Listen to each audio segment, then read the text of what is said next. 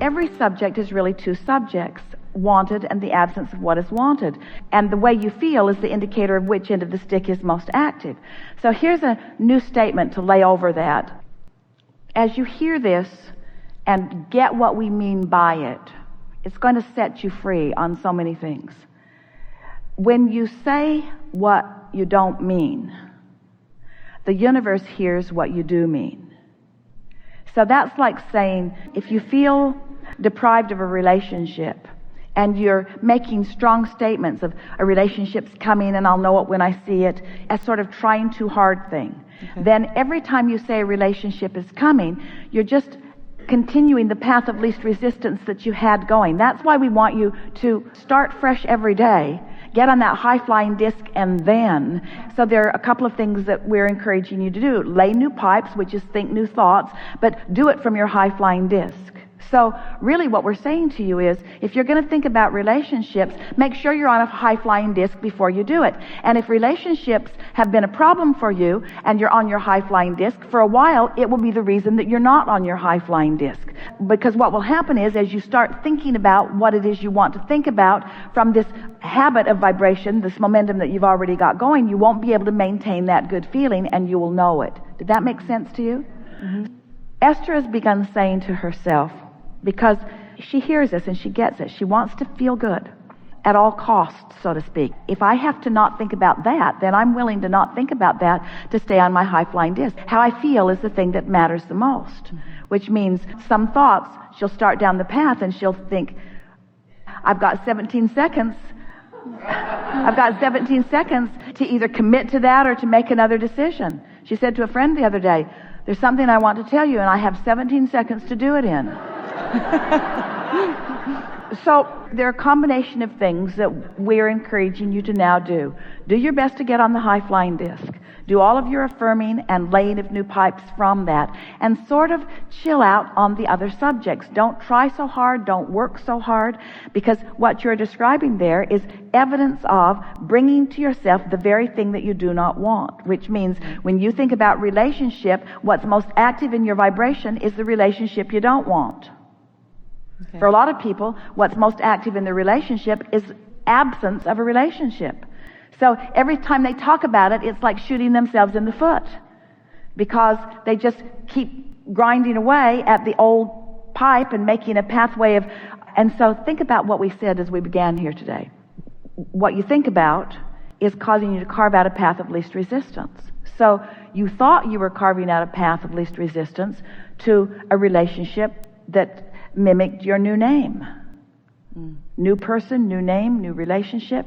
But without even knowing it, you were carving out a path of least resistance that led you right to the place that you were before that you didn't want to be. Isn't that interesting? Yeah. So what to do? Stop thinking about it, because the more you think about that subject, given that's the momentum that you've got going, then the more you're going to carve out the path of least resistance to what you don't want. Do you hear the power in what we're saying? What we're really saying is stop thinking about your issues for a while, because your issues have momentum going. And every time you're thinking about the issue and trying to turn it around, you just carve out the path of least resistance or the path of more allowing to the thing that you do not want. So that's why we want you to get on the high-flying discs. That's why we want you to do things that make it easy for you to feel good. That's why we want you to hang around with people that are fun to be with. That's why we want you to do anything and everything you can that helps you to do the only thing that really matters, which is gain control. It only takes about 30 days of your own vibrational frequency.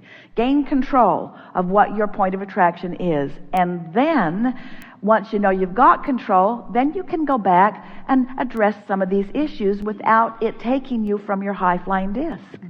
So, we've been saying for a while, we'll be really brief, that let's say you have 10 things that are, let's say you have 5 things that are important to your life experience. And 4 of them are going extremely well, and 1 of them couldn't be going worse. You usually think about that one that's going worse. It's the one you give the most airtime to because you're problem solvers. But that's the last thing that you should be doing, because that's causing you to carve out a path of no resistance or a path of least resistance to more things like that. And if you do it long enough, then the four things that were going well will start misbehaving just like the one thing that is not going well, because you let that be the basis of your vibration, and then that's the basis of your point of attraction, and then everything starts acting like that. On the other hand, you could have four things that are going badly and one thing that's going well, and you could focus on the one thing that's going well, and that could be the path that you're carving out. You see what we're getting at? Yeah, absolutely. We don't want to make too much of all of this. What we really want to say to you is, you've done enough thinking to keep yourselves busy creatively for 20 or 30 lifetimes. You've put enough in your vortex. You've sifted through enough contrast. Now it's time for you to focus on step 3. Now it's time for you to get on that high-flying disc and let the universe yield to you on every subject that's important to you the manifestational evidence that is a vibrational match to this high-flying disc that you have discovered. And you're going to come away from a few days of applying this feeling your true power. And things that have been bothering you just don't bother you so much. You'll find yourself listening to someone talking about something that you used to join in on, and it will feel insignificant to you, because it is.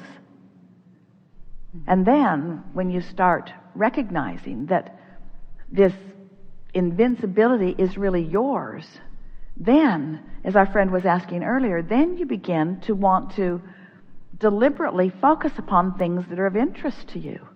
In other words, to have accomplished that high-flying disc and then find a subject that is interesting to you and give it your undivided attention, non-resisted attention. Seeing those subjects that interest you take on new shape and form and depth and breadth is the most exhilarating part of life experience. And that's what you all came for. That's what you all came for. You said, I want rich contrast that inspires big desires, and I want enough evidence to make me want to gain control of my vibration, and then I will exercise my knowledge that my point of power is right here in my present, and I will stand here practiced and ready for the awareness of all of the good things that I've attracted. Esther has been in Del Mar for a few weeks, and the other day she went to a fast food restaurant and got her favorite, we won't tell you, well, we will, In-N-Out burger, and then went down to Mission Bay to eat it. And she was watching people who had gathered there for fun. There were people on jet skis, there were people on sailboats, there were people sunning, people running, people exercising, people picnicking, all manner of people all over this place. And Esther just sat in her car and enjoyed her burger and watched them, and she was feeling high and invincible. She had been practicing this for a while. She'd been feeling so good. She'd been doing everything that she could think of to put herself in that place of feeling good, and she had good feeling momentum going, really good feeling momentum going.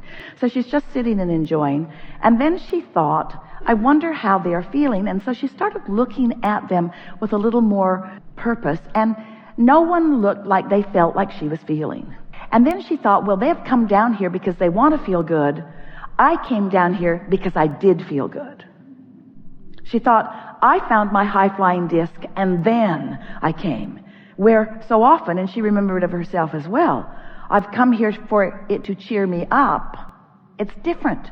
When you get on your high-flying disc and then, you get on your disc and then you follow the inspiration. Oh, the dynamics, the synergy, the co-creative power, you begin to feel invincible because now you've accessed this energy that creates worlds.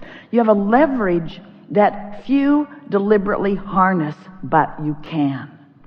So Esther sat there. She has her notebook and she writes things that occur to her, and she wrote with clarity, Universe, show me others who feel like I feel.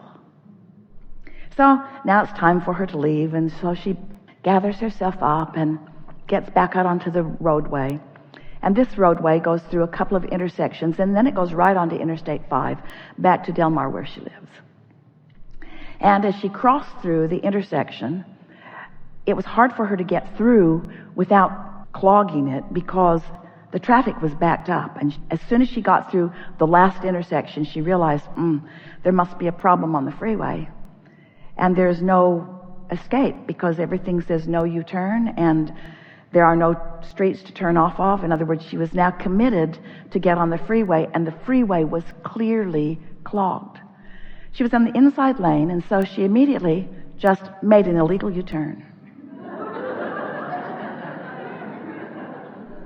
And so did the car behind her.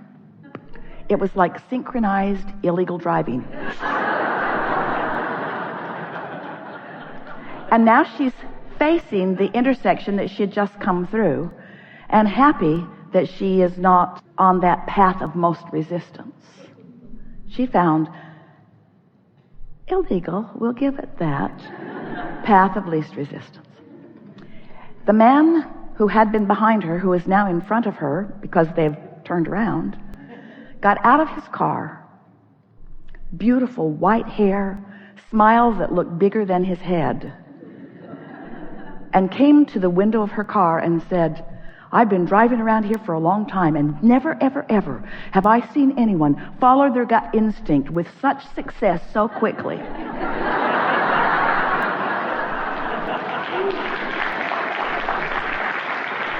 It had not been 2 minutes since Esther had asked the universe to show her someone who felt like she felt. His wife was in the car, clearly not feeling that way. She didn't want him to make an illegal U-turn. Esther felt certain that he was coming. If he'd have been a generation younger, he'd have high-fived her. It was that feeling of exhilaration, that feeling of being in control of your own life, that feeling of doing what's best for you. And of course, Esther wanted to tell him so many things because she was enjoying his enthusiasm so much. She wanted to say, I do that kind of thing all the time. So you get what we're talking about. We're talking about getting tuned in, tapped in, turned on, getting into that place where you're in such vibrational alignment with clarity and knowing and broader perspective that you access the leverage of the energy that creates worlds. And you begin to create as you've intended to create, not with your physical determination, not with struggle and stress, but by accessing this energy and pointing it toward the things that you are asking for through open pipes that you are practicing. So if you think of these spinning grid discs, let's just call it the high-flying disc. That's what you want to be on, that high-flying disc. You want to be on the high-flying disc, but sometimes things have happened that make it impossible in this moment, or improbable in this moment, for you to be on the high-flying disc. So what we are suggesting is that you do it when it's easier. Don't wait until something is manifested and has your attention, because when you're looking right at something that you do not want, there's plenty of momentum going. And there's not enough that you can do focus-wise usually in that moment that's going to change that momentum. And that's why we say, hang on, it'll be over in a little bit. After a good night's sleep, you can take another run at it. So now we would like to say to you that while you slumber, during that sleep time, you know what that is? Do you know what the real benefit of sleep is? It gives you a respite from your momentum. Because it's sort of like in that high-flying vibration. Imagine a cork bobbing up on the surface. You can hold it under the water, but when you let go of it, it's going to bob right back up to the surface. So we want you to realize that it is natural for you to feel good. It is natural for you to be in alignment. It is natural for you to be blended with all that you've become. It is natural for you to have full resonance with who you are. And it is unnatural for you to be focused upon something chronically or even all day that holds you in a feeling of a knot in your stomach because you're defying your energy. You're disallowing the full energy that is you.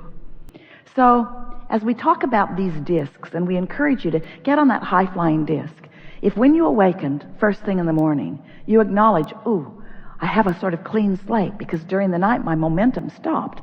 So now I can choose a good feeling thought. If you choose something that is general, something that's not too detailed, something that feels really good, and you're able to maintain it for 17 seconds and then another, and you actually manage to lie in bed until you've crossed the 68-second mark, now you have a chance to have different momentum going today. Your point of attraction, your spinning grid, so to speak. What comes to you, it is our promise to you, will be a vibrational match to how you feel. Now, you might not make it till breakfast before something causes you to fall off that disc. You might not make it till breakfast, but you can do it again tomorrow, and you can do it again tomorrow, and you can